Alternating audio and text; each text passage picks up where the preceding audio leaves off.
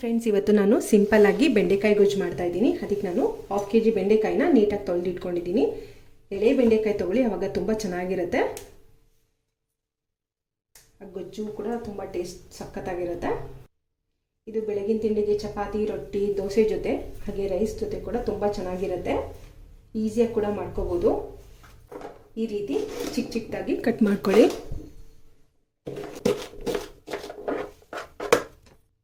ಈ ರೀತಿ ಬೆಂಡೆಕಾಯಿನೆಲ್ಲ ಚಿಕ್ಕ ಚಿಕ್ಕದಾಗಿ ಕಟ್ ಮಾಡ್ಕೊಂಡಿದ್ದೀನಿ. ಹಾಗೆ 2 ಈರುಳ್ಳಿ ಹಾಗೆ ಟೊಮೊಟೊನು ಹೆಚ್ಚಿಕೊಡ್ತೀನಿ. ಇದಕ್ಕೇನು ಜಾಸ್ತಿ ಐಟಮ್ಸ್ ಏನು ಬೇಕಾಗಲ್ಲ.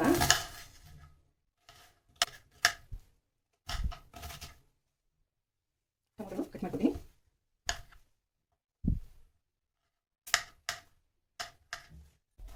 ಹಾಗೆ ಸ್ವಲ್ಪ ಹುಣಸೆಹಣ್ಣನ್ನ ನೀರಿಗೆ ನೆನೆ ಹಾಕೊಂಡಿದ್ದೀನಿ.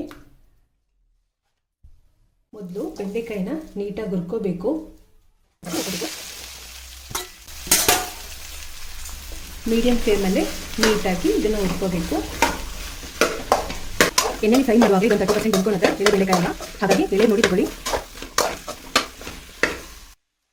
ಸ್ವಲ್ಪ ಫ್ರೈ ಆದಮೇಲೆ 5 ನಿಮಿಷ ಲಿಂಬೆಹಣ್ಣು ರಸ ಹಾಕೊಳ್ಳಿ. ಆಗ ಲೋಳೆ ಎಲ್ಲ ನೀಟಾಗಿ ಬಿಟ್ಕೊಳ್ಳುತ್ತೆ. ಒಂದು ಬಾಣಲಿಗೆ ಸ್ವಲ್ಪ ಎಣ್ಣೆ ಹಾಕಿ, ಸ್ವಲ್ಪ ಸಾಸಿವೆ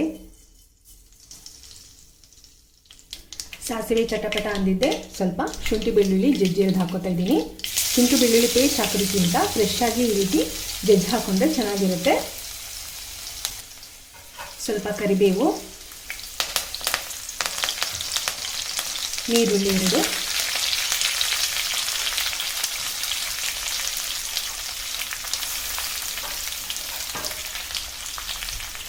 ಈರುಳ್ಳಿ ಬೇಗ ಬೇಯೋದಕ್ಕೆ ಸ್ವಲ್ಪ ಉಪ್ಪು ಹಾಕೋತಿದ್ದೀನಿ.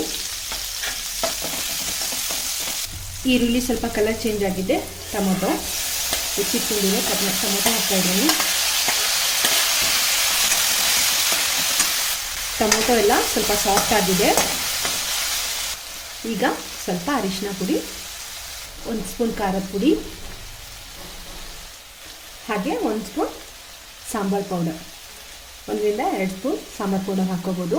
ಇದರಲ್ಲೇ ಧನಿಯಾ ಪುಡಿ ಇರೋದ್ರಿಂದ ಮತ್ತೆ ಎಕ್ಸ್ಟ್ರಾ ಧನಿಯಾ ಪುಡಿ ಹಾಕೋ ಅವಶ್ಯಕತೆ ಇಲ್ಲ. ಇದು ಮನೆಯಲ್ಲೇ ಮಾಡ್ಕೊಂಡಿರೋ ಸಾಂಬಾರು ಪೌಡರ್.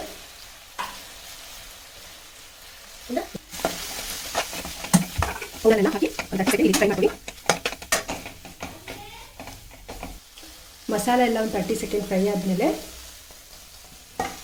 ಉದ್ದಿರೋ ಬೆಂಡೆಕಾಯಿ ಹಾಕೋಬೇಕು. ಉಪ್ಪು ಹಾಕಿ ನೀಟಾಗಿ ಮಿಕ್ಸ್ ಮಾಡಿಕೊಂಡು ನಂತರ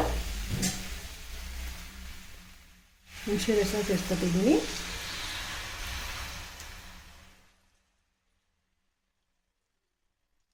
ನಿಮಗೆ ಗೊಜ್ಜಿಗೆ ಎಷ್ಟು ಬೇಕಷ್ಟು ನೀರು ಹಾಕ್ಕೊಳ್ಳಿ. ನಾನಿಲ್ಲಿ ಹುಣಸೆನಿಗೆ ನೀರು ಹಾಕ್ಕೊಂಡು ಸೇರಿಸ್ಕೊತಾ ಇದ್ದೀನಿ. ತುಂಬ ಚೆನ್ನಾಗಿರುತ್ತೆ ಬೆಂಡೆಕಾಯಿ ಗೊಜ್ಜು. 5 ರಿಂದ 10 ನಿಮಿಷ ಬೇಯಿಸ್ಕೋಬೇಕು. ಈಗ 5 ನಿಮಿಷ ಆಗಿದೆ.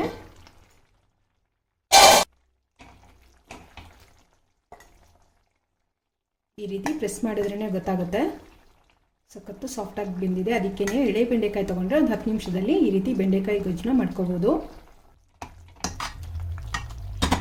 ಕೊನೆಯದಾಗಿ ಸ್ವಲ್ಪ ಕೊತ್ತಂಬರಿ ಸೊಪ್ಪು ಹಾಕ್ಕೊತಿದ್ದೀನಿ. ನೋಡಿ ಎಷ್ಟು ಸಿಂಪಲ್ ಆ್ಯಂಡ್ ಟೇಸ್ಟಾಗಿ ಬೆಂಡೆಕಾಯಿ ಗೊಜ್ಜು ರೆಡಿಯಾಗಿದೆ. ಇದು ಮಾಡೋದು ತುಂಬಾ ಸುಲಭ, ಟೇಸ್ಟ್ ಕೂಡ ತುಂಬ ಚೆನ್ನಾಗಿರುತ್ತೆ. ಒಂದು 5 ರಿಂದ 10 ನಿಮಿಷದಲ್ಲಿ ಮಾಡ್ಕೋಬೋದು. ಮನೇಲೊಮ್ಮೆ ಟ್ರೈ ಮಾಡಿ ಹೇಗೆ ಬಂದಿದೆ ಅಂತ ತಿಳಿಸಿ. ಹಾಗೆ ನನ್ನ ವಿಡಿಯೋ ಇಷ್ಟ ಆದರೆ ಒಂದು ಲೈಕ್ ಮಾಡಿ. Thank you.